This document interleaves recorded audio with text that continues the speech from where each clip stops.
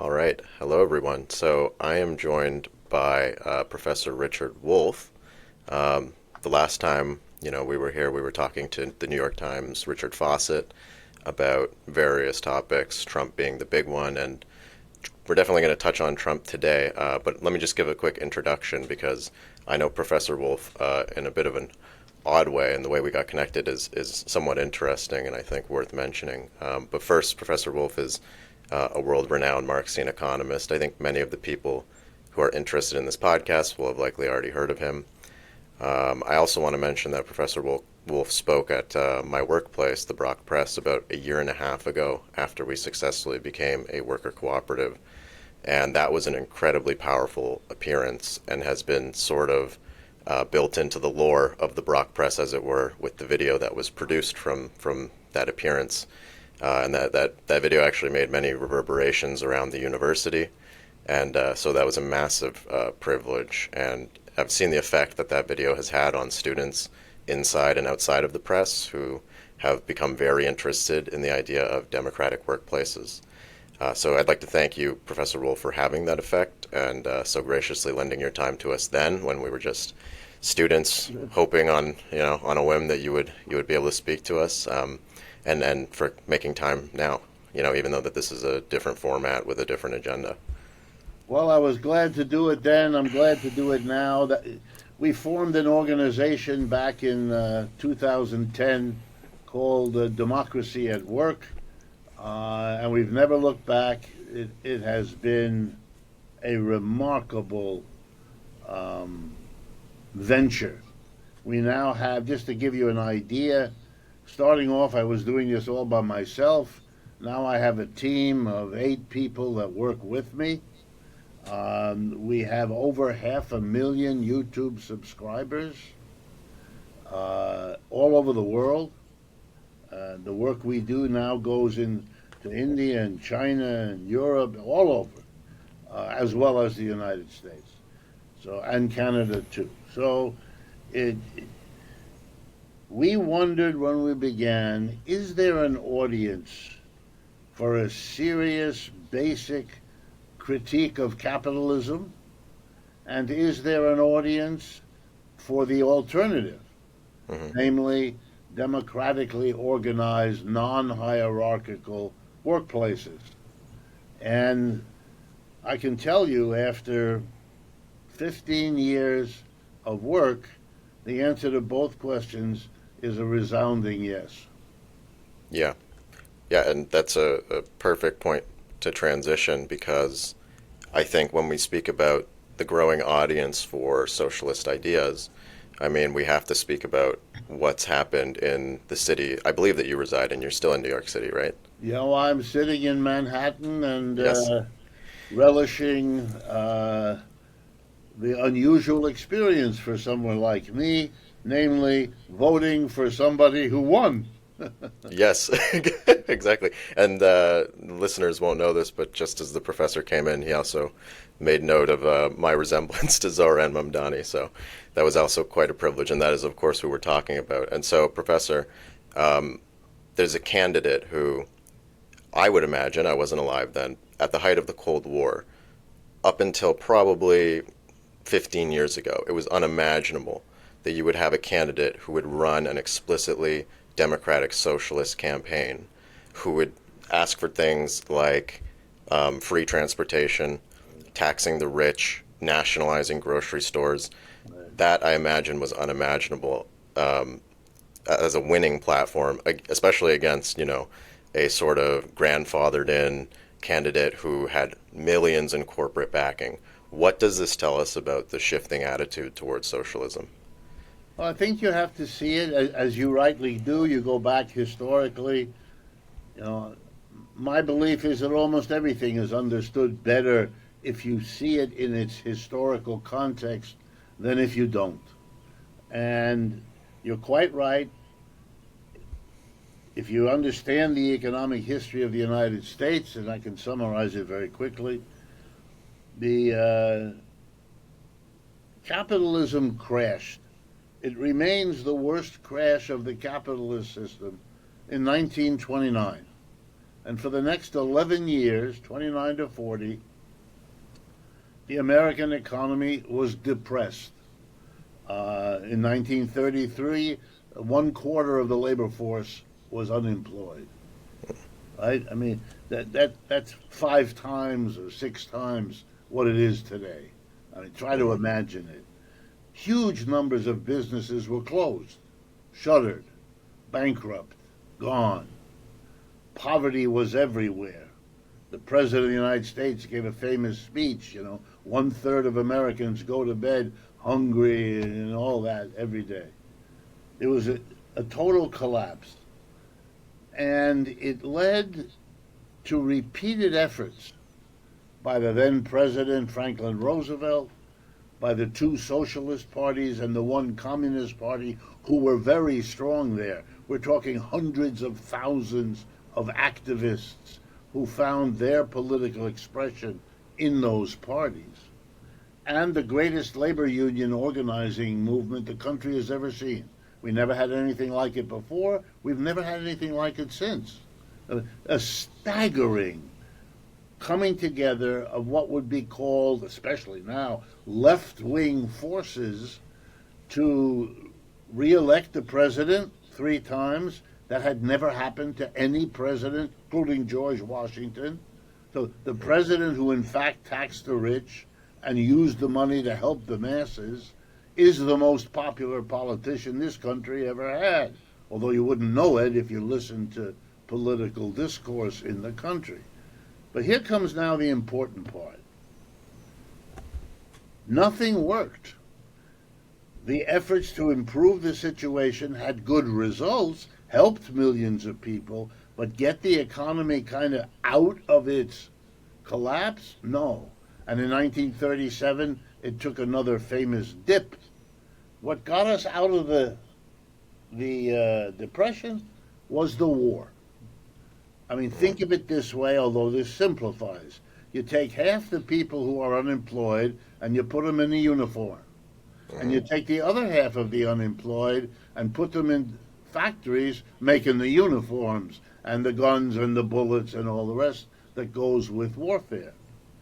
And so it shouldn't surprise anyone that when the war is over, 1945 lasted about 5 years, when the war is over and President Roosevelt dies at the end of the war, the great, and this is crucial, the great anger, the great bitterness of the American capitalist class, the owners and top executives of the business community, had been horrified.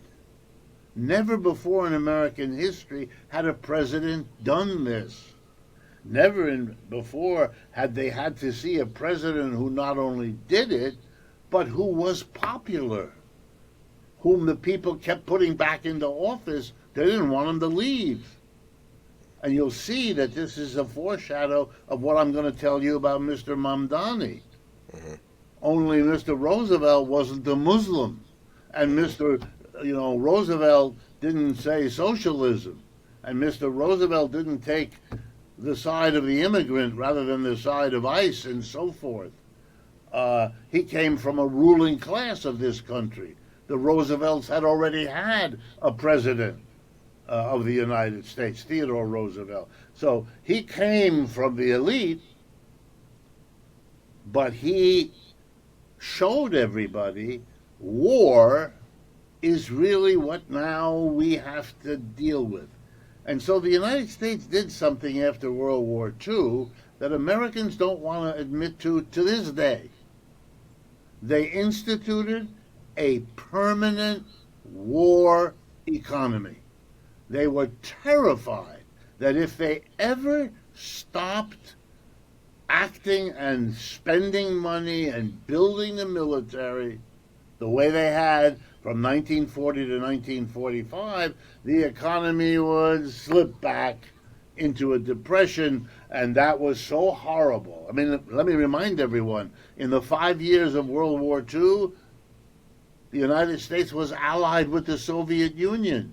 If you went and if you needed to buy some stamps, to send Christmas cards, you would go to the post office, and over the clerk's window where you gave money and got your stamps, there'd be the picture, of Uncle Sam in his top hat, arm in arm with someone identified as Uncle Joe, and that was Joseph Stalin. And we all looked up and were grateful that the Russians were working with the Americans against Hitler and Mussolini and all the rest of it. So the business community went crazy. They had to get rid of it. So we had the McCarthy period and the purges of communists and all of the, and that never stopped. It started right after the war, 1946, and it kept on going, and its legacy is still strong now. You have to understand the hysteria of this country. I grew up in it. I was born, in the war, here in the United States. I've lived and worked here all my life. And I grew up, whether it was in elementary school or high school or college or becoming a professor myself, surrounded by people who, if you said the word Marx without a sneer in your mouth, they backed away from you as if you had some kind of communicable disease. And they were terrified. My professors couldn't answer my questions because they didn't know anything about Marxism. They had no idea. These were perfectly nice people, perfectly smart people. But this was a taboo. You could no longer touch that, and you could, I don't know, discuss your sexual appetites, right? That wouldn't fly. That was a taboo. You don't do that. Find somebody else, but not in the classroom. And that was the way I had to learn it all on my own or with a few other students who shared my interests. Why is this important? Because one of the things that was forbidden, well, any politician who accepted the word socialist thereby wrote his own death certificate. He was gone. And that was only changed by Bernie Sanders, and not many years ago, when he made the decision to actually go from what he had already achieved, Senator Vermont, but he made the decision to go and do something that many people, including me, thought he could not pull off. The leading people in the Democratic Party said he'd be lucky if he got 1% of the vote. He thought otherwise. We were wrong. He was right. He got millions of people active, voting for him, going door to door. And particularly the second time, when the Clinton people destroyed his candidacy, he would have been the candidate of the Democratic Party for president and probably would have beaten Mr. Trump. But the point is, it was impossible. He broke the taboo. Then, very few years later, Alexandria Ocasio-Cortez broke it here in New York City, in the borough of Queens, which is mostly where she is. And despite their efforts to get rid of her, to stop her, it all failed. She continues very strong in her district. And now we have the biggest bombshell of all. But it's part of a process. Right. All right? 1 million New Yorkers went to the polls. And 46% of them, just shy of half, voted for a Muslim socialist. Now, you know what has been done to the image of a Muslim, right? In American culture, in American culture, a Muslim is a crazed bomb-throwing terrorist. I mean, I'm exaggerating, but you understand what I'm saying. So here's a man who is a Muslim, doesn't walk away from that when it's said, doesn't walk away from his commitment to socialism. Not only doesn't walk away, makes that the explicit, open, the reason he's saying to people, vote for me, is if you think that ought to be given a chance now. And to the amazement of the political authorities here, who, by the way, still haven't recovered. They're running around like the proverbial Chicken Little. The socialists are coming. The socialists are coming. There are professors at Yale who run I was about to say a think tank. It doesn't deserve the name. It's a shilling game for CEOs to go to Yale and pretend they're more than a businessman. He runs this place, Sonnenfeld, and he's right. He drew out all the old wives' tales, if I can say it that way, about socialism and put them in the New York Times. It's extraordinary. They don't know what to do. They have nothing but rusty old arguments because these things were said back in the 50s and 60s of the last century. And they haven't had to fight for a long time, so they don't know how to do it real well. Right. We, on the other hand, have had to fight against them without interruption all our lives. And here's something to tell you that you'll enjoy. We're much better at it than they are. Not because we're one whit smarter, we're not, but because the situation, they've gotten fat and lazy and comfortable, not imagining that this could happen. Mr. Cuomo, who's connected to the Clintons, who had billionaires funding him, who was once the governor of the state of New York, came in a dismal second. I mean, he may not even stay in the race, although he had said he would, because he lost by so much. Right. All kinds of communities that used to be solid. New York City is a Democratic Party stronghold. There are very few Republicans here, and most of them are on Staten Island. I'm exaggerating again, but not by much. We haven't had a Republican in a long time, and the ones we've had are considered by other Republicans to be Democrats, like Michael Bloomberg, people like that. So this is an amazing affirmation that the population of this country is changing. And I don't mean that in the demographics, although that's important too. I mean, let's put it this way. I live in an apartment in Manhattan, so I'm part of this election. Only 3 people knocked on my door during the entire campaign. 4 people. One young woman, a conventional Democrat, which is to say nothing. I mean, what's that wonderful phrase? A nothing burger. Right? Nothing. You open the 2 pieces of bread, and there's a little corner of your napkin that's in there. Anyway, she won. She knocked on our door. She won the election. The other 3 people were campaigning for Mamdani. 2 young men, by the way, young, people in their 20s, who came together, and a young woman who came by herself, knocked on the door, handed us brochures, and talked to us about Mamdani. I mean, we told them that they shouldn't waste their time because we would vote for him in any case. They wanted to know why. And I said, oh, it's very simple. There's one reason. He's a socialist. Of course I'm going to vote for him. Mm-hmm. And they had never heard that before. And, that's America, because the people, I know dozens of people in this area where I am who are socialists and voted for him for that reason. But one doesn't say, in this community, you don't say that. It's still Right. not safe. You don't know. You don't want to be. I don't mind. I'm out in the open, but it's a little bit like folks who are gay and I had to go through all of that.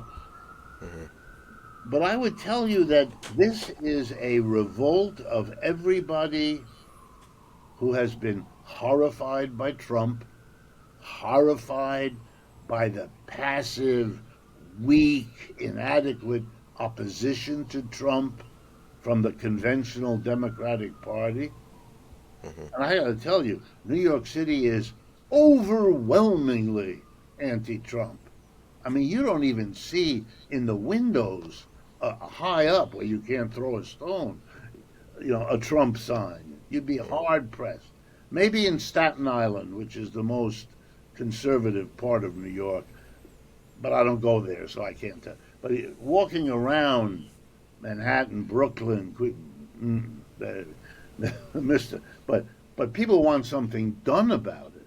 whether it's about ICE, abusing people, whether it's about economic, uh, like the tax bill going through the Senate now, that are grossly favoring the super rich and all of that. Mr. Mamdani did something. He tapped into that. He said, "You know, you all are upset. You don't feel there's anything you can do." And you're right. There ain't much. But you know what a vote for me says to them? It says you're unhappy with what's going on. That was brilliant. That was correct. That was exactly right. It's a way, a little something we all can do. Doesn't cost any money, doesn't take much time, doesn't expose you to much risk. So come on, here's your chance. And they came, and they came. It was really amazing. Incredible. Yeah. By the way, just a footnote. I ran for mayor of the city of New Haven, Connecticut, where I lived back in the 1980s. So I know how to organize a political operation. I know. And 2 years after I ran for mayor, I ran for the city council. I got 47% of the vote. If I'd stayed in New Haven, I would have been a local politician there. I didn't stay there, so I didn't do that. But I can tell you it's very difficult. We live in a duopoly controlled very rigidly by the Republican and Democratic Party machines, who are in turn funded by the people who can give or not give them the money. If they give them the money, they can run the machine. So the people who came to see me were the foot soldiers of Mr. Mamdani. Wow. Mr. Cuomo had no foot soldiers. None of the others did. And that proved to be something which was very powerful. I have a neighbor on the same floor of the apartment building that I occupy. And he noticed that I was supporting Mamdani. And he said, "Why?" And I gave him my reasons. And he said, "Well, I am too." I said, "Oh, I never heard a peep out of it. Why are you voting for him?" He said, "The nice people who came to my door, I'm voting for him because he has them. And if he's anything like those people who came, I had the feeling they had something to say. They wanted to say it from me. They wanted me to vote for him. They didn't hide any of that. And they asked what issues I had, and they wrote them down. Now, I don't know if they're ever going to do, but the other candidates didn't bother to do that. Right. My mailbox had 10 stacks of throwaway brochures that say nothing and have a picture, making you look good. But here were people who actually came and said, we're part of a process, we're trying to change it. You do that properly. I think that's what Ocasio-Cortez did.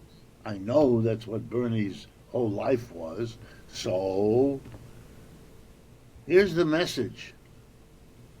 This is doable anywhere. Right. Every effort will now be made to destroy him. He knows that. He has to he only won the Democratic primary. So there's an election in November, and now they're going to be mobilizing. The former mayor has already announced huge gifts from big banks and other entities that are giving him money. So, I don't know that he will become the mayor. They may be able to do that. Right. In the 1950s, just one last thing. 2 Italian Americans who were very close to the Communist Party at that time and were known to be that, ran for office in New York and won. Actually, two Italian Americans and 1 black American. How many Americans know that a black communist leader by the name of Benjamin Davis ran for the city council of New York and won, and sat on the city council as a black communist? There were no other blacks, let alone communists. But he was able to win. And the 2 Italians, one was named Vito Marcantonio, and the other one was Fiorello LaGuardia, after whom the airport is named. So they won office, and they were openly what we would now call socialists, all three of them. So it's not as though this never happened before. I don't want to take anything away from what just happened here in New York. It's very, very profound for all of American history and beyond. But it should not be understood as a wild aberration. We've done this before, and that means we can do it again. Right. Wow. Yeah, there's a lot of lessons, I think, for the left to learn from the Yeah. Mamdani campaign. Thank you. That was Yeah. very powerful. You mentioned Trump and Mamdani speaking to the problems that Trump has created for working people, and that being something that helped his campaign. Now, there's something obviously with Trump that's concerned the rest of the world that actually is somewhat unrelated, although some would argue it is related to sort of domestic class struggle in America, and that's the tariffs. And you've spoken a lot about the tariffs. Here in Canada, obviously, this has dominated the news cycle because it's been viewed as a sort of severance of our sort of very idyllic relationship, which I think we can complicate around NATO and all these trade alliances that we had beforehand. Now, I've heard you speak a lot about Trump's tariffs and the ways in which it's going to be disastrous. I mean, it seems that your prediction of inflation is true. Economists are predicting inflation is going to hit as soon as sort of businesses' inventories are used up from before the tariffs hit. So right now, inflation's in a good place in the United States, but certainly we're looking at an imminent rise in inflation. I mean, your colleague Yanis Varoufakis, who I'm a big fan of, sees a method to the madness. He thinks Trump is deliberately trying to weaken the U.S. dollar for a little bit to restore something of a manufacturing base in the United States in order to keep dollarization in play, because he realizes the dollar, as it gets more disconnected from an actual productive sort of entity from the United States, it's going to lose out in the sort of global financial scene to something like maybe a BRICS currency or something of that matter. Do you agree with Yanis? Do you think there's some method to this madness, or is it just a wild card attempt at some kind of isolationist populist thing that's not going to work? I mean, how do you think about it? The way I think about it, and you're right, I know Giannis very well. We have done work together. I have a radio TV show here that I bring him on to. He has brought me on to his equivalent in Europe and so forth. And we agree on most things. And we basically agree here too. He was reacting, in my judgment, now it's my view of what he's doing. He was reacting to a tendency which is very strong to see Mr. Trump's herky-jerky, often very ignorant statements and behavior, and to somehow make the very inconsistency, shooting from the hip, overstating almost everything. The man doesn't know any, adjectives have to always be superlatives. It's crazy, and it's irritating, and the self-indulgence of the man is nauseating, and I understand all that. But Giannis now feels that all of that is true, but doesn't mean that he isn't trying to solve certain problems, not because he believes in it, but because there's a lot of pressure on him to do it. And I agree with that. I think I would disagree with Giannis because in order to make his point, he starts crafting a strategy that I mean, bits of it are around there, but they are very contradictory, which Giannis knows, and managing contradictions is something American culture is very poor at. It's a very black and white in all the ways that can be understood. Yep. It likes to know that there's a right answer and a wrong answer. The notion that the two answers could be different without one being right or wrong is very difficult for Americans. Mm-hmm. Even those who give lip service to it, they can't stay with it. All right, so why am I telling you this? I think, let's take your example of the dollar. He wants to lower the value of the dollar. That's a perfectly reasonable strategy. It's what you learn in an economics class. If you make your currency cheaper, lower the value of the dollar in relationship to other currencies, it means that every one of the goods produced in America that's priced in American dollars will be cheaper to a foreigner because they have to give fewer of theirs to get one of ours because that's what it means to lower the value of the dollar. So it promotes exports, which is what he wants, because we run a tremendous imbalance with the rest of the world. But here's the problem, two problems. First, I don't think a significant number of jobs are going to come to the United States because we make our currency cheaper. I'll tell you in a minute why I don't think so. But number two, if you don't want people to leave the dollar, you cannot lower its value because all around the world, powerful men and women, big corporations are loaded up with dollars. And if they think you're going to drive the dollar down, they're going to unload their dollars and make the dollar go down way further than you had hoped for. And they may never come back, especially now. You know, for them, by the way, they also notice that Mamdani won. And they're also going, what the hell is going on in the United States? The right wing is tearing the country, you know, the middle and the south and so forth, in a right wing direction. Now we're beginning to see some momentum developing on the left, and the center is dissolving. And that's, they may not get there, but that's what civil wars grow out of. And I don't want my money stuck in the country experiencing anything like that. And think of it now, you're a wealthy European businessman, and you, over the last 30 years, you bought 5 apartments on Fifth Avenue in Manhattan, elegant apartments.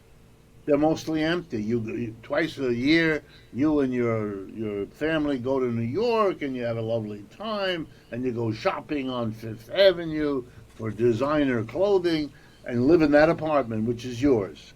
The rest of the time, it's an investment. And by the way, over the last 30 to 40 years, it has done better than most of your other investments in value. But they're not going to. They're going to say, "What do we need 5 for? We'll keep 3. 2 of them we're going to sell. We're going to buy apartments in Paris." That's what's going on. It's already going on. Mr. Trump cannot lower the value of the dollar very far. By the way, the value of the dollar is down over 10% from the time Mr. Trump became president. So it has declined, and that is already one of the reasons why foreign central banks have been unloading dollars. When he became president, China had almost $1 trillion worth of U.S. Now it has about 750, 800 billion. That's still a lot, but you can see they have reduced. And they're not the only ones, not at all. But now let's go back to the first premise. Any company that's doing business, let's say in China, and there are a lot of American companies that over the last 30 years set up shop in China. They did that for 2 reasons. Wages much lower than here, and the biggest, fastest growing market in the world. So if you ever go to a business school, you will be taught, if you want your business to do well, go where the wages are low and the market is growing. And if you can find a place where both of those things are happening, bingo, go there. All right. To move your factory, to close it in Shanghai and move it to Cleveland or Toronto, it doesn't make any difference, Mm-hmm. takes a year or two out of your production. It costs huge amounts of money. It takes the energy of a significant number of your executives and foremen and everything else. Nobody does that unless they can be very sure of what they're doing, which Mr. Trump demonstrates to them every day they cannot. Any company that initiated after his first declarations of tariff would have discovered that within 2 weeks he said something else. The tariff went up, nope, then it came down. Hmm. He's going to make a deal. What kind of deal? I don't know what kind of deal. This week he decides he loves Ms. Scheinbaum in Mexico and hates Mr. Carney in Canada, or vice versa next week, which is equally likely. So no company is going to do that, even if they would. They liked it, but they don't know. They don't know that the United States will keep the tariff. If the United States gets rid of the tariff because they want to make a deal with China. By the way, right now the United States is making a deal with China. And part of that deal is to lower the tariffs. China seems to have said, we will let you have some of those rare earths that you need for your military that you haven't got, but you can't hit us with that. Now, if you have been a Chinese company and you had started spending millions of dollars closing your operation in China and moving it here, you would have wasted your money because the biggest market is still China, not here. And companies don't just leave because wages are different. They also leave because of access to the market. If Right. you come to the United States and you're a company who used to be in China, which is what Mr. Trump says he's after, you know who's not going to be happy with you? The Chinese. And you know what they're likely to do? Hit you with a tariff. And if not a tariff, then make you go through hoops. They're not going to want your product here. They're going to let you know when you tell them, I'm thinking of closing my factory in Shanghai and moving back to Cincinnati. The Chinese minister for trade is going to have lunch with you and say, look, your decisions, your company, but you're not going to sell that stuff you make over there in our country. The deal was you come here, you hire our workers, you share your technology, and we give you, that's a fair deal. You get cheap labor and a market. We Right. get technology and jobs. That's the deal. And Americans went for that deal big time. That's why we have hundreds of billions of dollars worth of American companies invested in China. And you're not going to get up and leave as if it has no consequences. Mr. Trump doesn't tell you that. All you notice if you pay attention is that he bloviates. Meanwhile, Tim Cook or some other official of Apple is going to China saying, don't worry, we're staying here. Don't you? He has to do that. Otherwise, who knows what the Chinese are going to do? The world isn't what it was. The Chinese are the big, new, up and coming economic power. The United States cannot tell them what to do. That's over. And Americans don't get that yet. They will, but not yet. There's a reason the United States cannot defeat Russia in Ukraine. There's a reason that the United States is trying now to sit down with Iran. You can't do what you used to do. And this is slowly, painfully, and Mr. Trump does what an American in this moment might be understood to do. He's a theater clown. His job is to amuse and distract the people of the world by acting as if he's the dictator who can determine what happens. I'm Mm, going to rule it. Look at this theater with the tariffs. I'm going to throw a top. I'll hit you with it. I'll raise the. Look at him. He is a king. He's right. acting like a king. But he can't do it. It doesn't work. And he's having to. That's why he gets caught in the lying. I can do this. I did this. No, you didn't. No, you didn't. Yeah. Let me Mm, give you an example from the other day. Just to use your head. The Iranians have told the world that they're developing nuclear energy, which they have the right to do. Under mm, the Nuclear Proliferation Treaty, they can refine the uranium up to a certain point, not to the point of weaponry, but to the point of nuclear energy. They've been working on that for 20 years, which they say. There's no secret. Okay, so then the other day, we are told, because this is theater, remember, we are told there are three places: Isfahan, Natanz, and I forget the third one. Oh, yeah, Fordow, where there are in the mountains and buried. Okay, let's assume, just for a moment, that that was true. It wasn't, but let's assume that there was nuclear weaponry or near to weaponry uranium. mm, The United States is then going to drop the biggest bomb imaginable, some super bomb, right on it. If they did that, it would be one of the great war crimes yes. of the world because you would be blowing up radioactive isotopes of uranium. Right. Uh, that'd be like Chernobyl, only worse. It Right. would be. The United States would have done that. It would have blown up. Right. They're not going to do that. This issue isn't big enough to warrant that, if anything ever would be. But not this. Mm, So it wasn't there, which is what we're learning now. right. It wasn't there. They had to make sure it wasn't there, and the only way that could happen is if Iran told them that it wasn't there. Right. Yeah. They So there's like moved. a. Now Yep. it's clear they moved it. You know. Yeah. So what? But Mr. Trump, we obliterate. It's this theatric, and Right. Giannis, like everybody else, you, me, we react to the ugliness of the theater, Mm, the inhumanity of it. But it's a sign of desperation.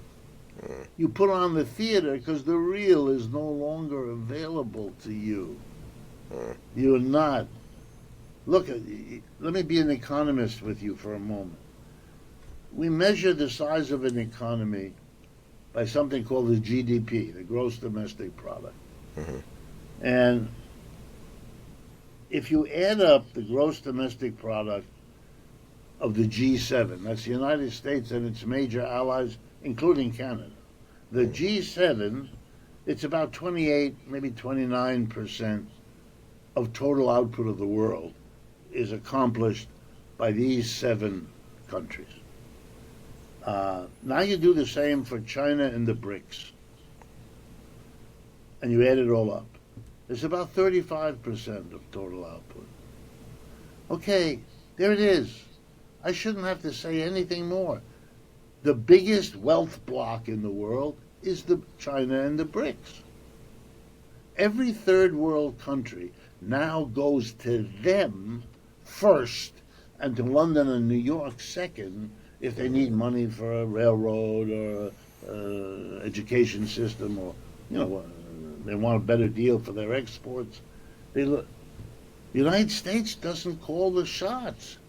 mm, They play the U.S. against China, and they go wherever they get the better deal. And China is now the richer totality. If the United States stops buying from China, China has the BRICS. When Europe stopped buying oil and gas from Russia in an attempt to destroy Russia in the Ukraine war, the Russians said, have a nice day, and sold their oil and gas to India and China. End of conversation. mm, And so China bought the oil, which they needed, India bought the oil, which they needed. Russia kept its income, could use it to fight the war, and is winning the war. American calculations didn't take that into account. That's why you're losing. Mm. You're going to do it again? You're going to not take into account? Right. You can't do that. Well, let's put it this way. You do it, Mr. Trump, and all that's going to do is make economic problems worse here, which is what's happening.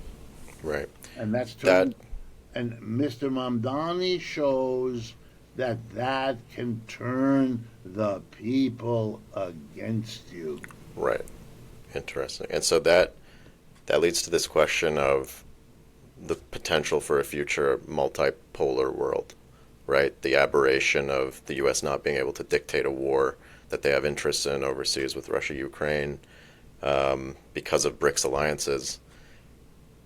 This is a Canadian program, so I'll try and pull it back. Yeah. Our prime minister, his name's Mark Carney, he used to be the governor of the Bank of England. Right. And when he was in that position, he also says this in his book as well, he talked about the idea of a cryptocurrency as a global currency, in that that way the dollar wouldn't have such an effect on financial markets. It would be this cryptocurrency that hopefully all nations sort of sign on to.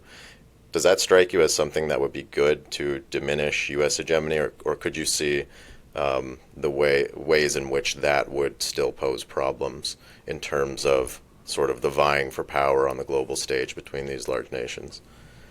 Oh, I thought you were going to take it a different way. Here's how I would answer. Is cryptocurrency one of the conceivable ways? Yes.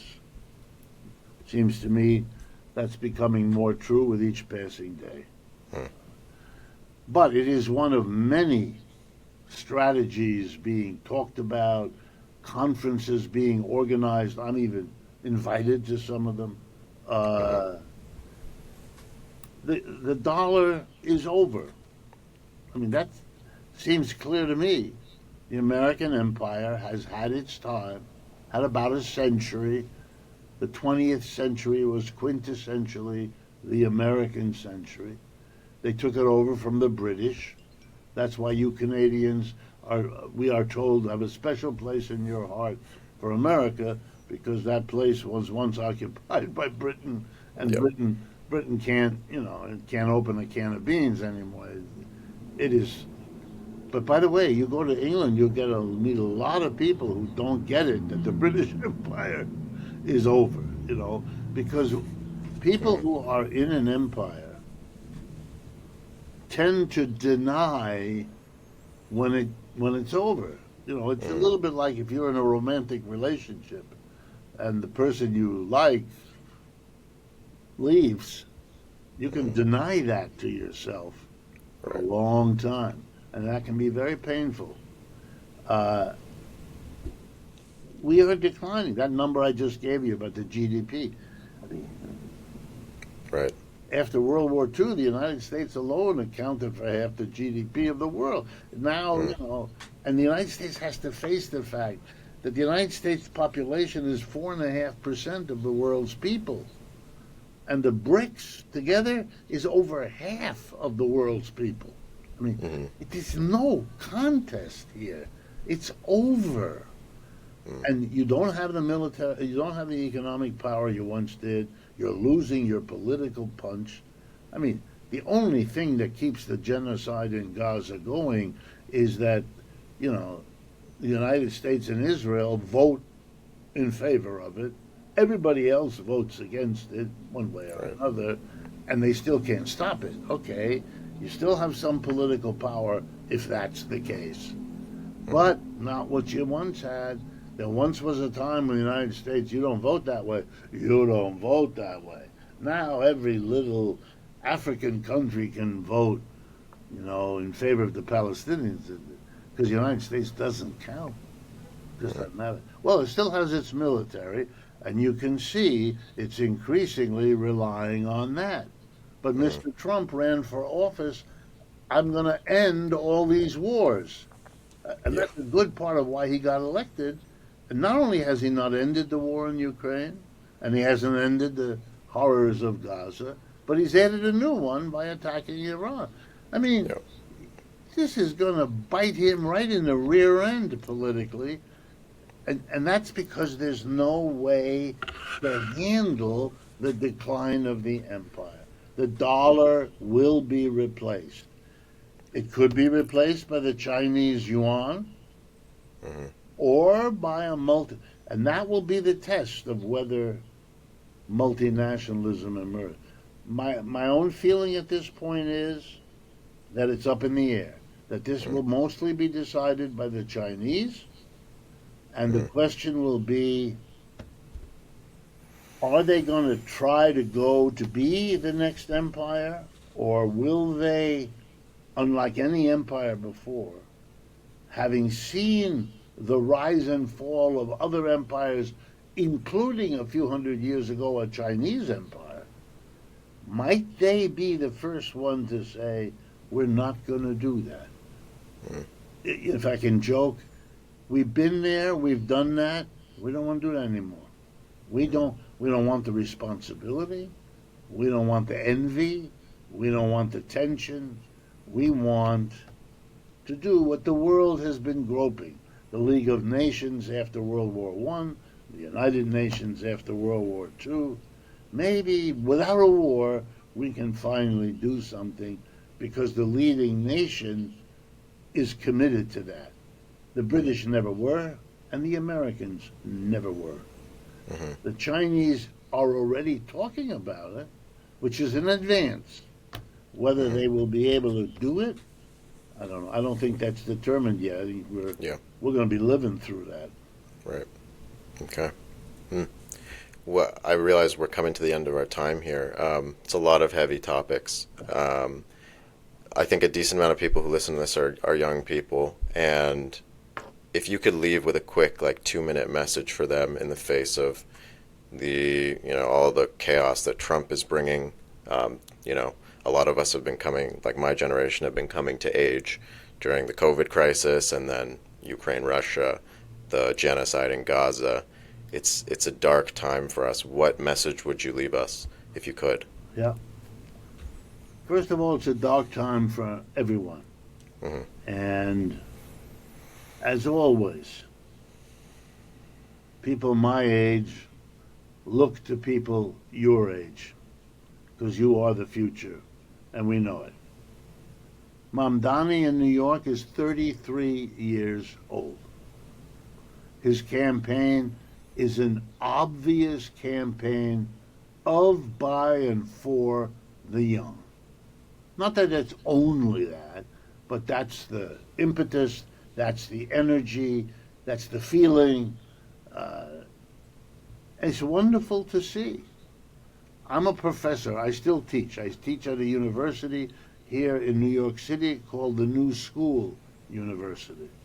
And I would say, no question that a majority of the students that come through my class either would call themselves now socialists or would certainly be sympathetic. If I said, how many of you are gung-ho capitalists?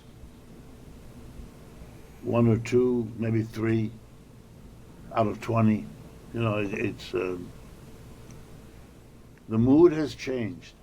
Capitalism is understood vaguely. People don't have a clear idea, but capitalism is sort of how things are. And how things are not so good.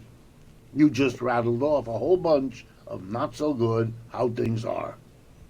And socialism is even more of a vague, mysterious idea. For example, many of my students think that socialism is when the government does something. Right. So the capitalism is when a private person does something, some business, some enterprise. And socialism, now, are there socialisms like that? Yes. There's no place in the world that issues a certificate. You are hereby a socialist. And no one does that. You don't have to pass an exam. You don't get a license, nothing. So there are many different kinds of socialism around the world. The official statement of the People's Republic of China, which is now our number one economy in the world, is we are socialism with Chinese characteristics. That's their official definition. Okay. Germany is socialism with Western Europe characteristics. You know, why is that an issue? Well, to say that you're interested in socialism really doesn't mean all that much more than you're open to the idea that we could, and maybe we should, think about doing things differently if we can get a better life for ourselves out of it. It really is the cry of the people of capitalism that they've had enough. Exactly where they're going to go, they don't know exactly. Are there disagreements among them about basic things? Yeah, and that's okay. No one requires unanimity. Again, nobody issues a certificate. You know, my family is French. My father was born in France. I speak French. Your country is, half French, or however you work that out. I go to France. Still working on it. Yeah, I go to France and I meet with my family. And here's what I learned over the years. When you graduate from high school, if you're not going to go to the university, you go and find a job. And the employer, whether it's a public company or a private company, it doesn't matter, has to give you, from the beginning, 5 weeks of paid vacation every year. That was fought for by the socialists decades ago, and nobody would dare touch it. Any right-winger who said, I'm going to get rid of that, he'd be out of his job within hours after he made such a statement. Okay, they call that socialism. In France, the tuition for university is zero. There isn't any. You have to pay for your room and board, but you don't pay fees. Same is true in Germany and half a dozen other European countries. My family is covered from the day of birth to the day of death by a health insurance. Doesn't matter whether you're employed or unemployed. You get the same insurance from the same service provider either way. I mean, for them, these are basics of a socialist system. And when you explain to them that those things don't exist in the United States, at first they don't believe you. Because their image of the United States is the great, capitalist success. And they've heard all those speeches where American presidents close their speech. This is the greatest country. They believe it too. And when I have to explain to them, no, we don't have health insurance. Millions of people have to go to the emergency room and cross their fingers and lie there on a gurney wondering whether they'll drop dead before they get seen by an overworked and exhausted doctor. They don't know about these things. Yep. They really don't. Students who have to borrow money and live in debt for the rest of their lives to get through college. They don't know anything about that. They don't have that. We have that. They don't have that. And when I go through all of it, oh my God, they begin to realize the crock they have been fed there.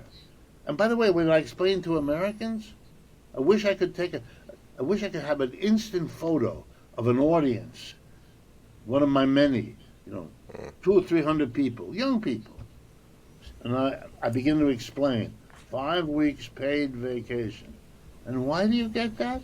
Because it is understood there has to be what in Europe is called work-life balance. You need to be a well-rounded, happy human being. You have to have hobbies. You have to have good friends. You have to have lovers. And to have a good romantic relationship or a good friendship takes time. You've got to have time together. You can't be rushing from one job to another. You can't do that. And they want that respected. Americans can't even dream of what I just said. When I say that to them, they look at me like little puppies who have just done something on the rug that they know they shouldn't have done. Work is life Yeah. in America. Yes, Yeah. Professor Wolff, thank you so much. my pleasure. And if you make something with this, if you do make a video, send it to us. We will post it too. I absolutely will. All right.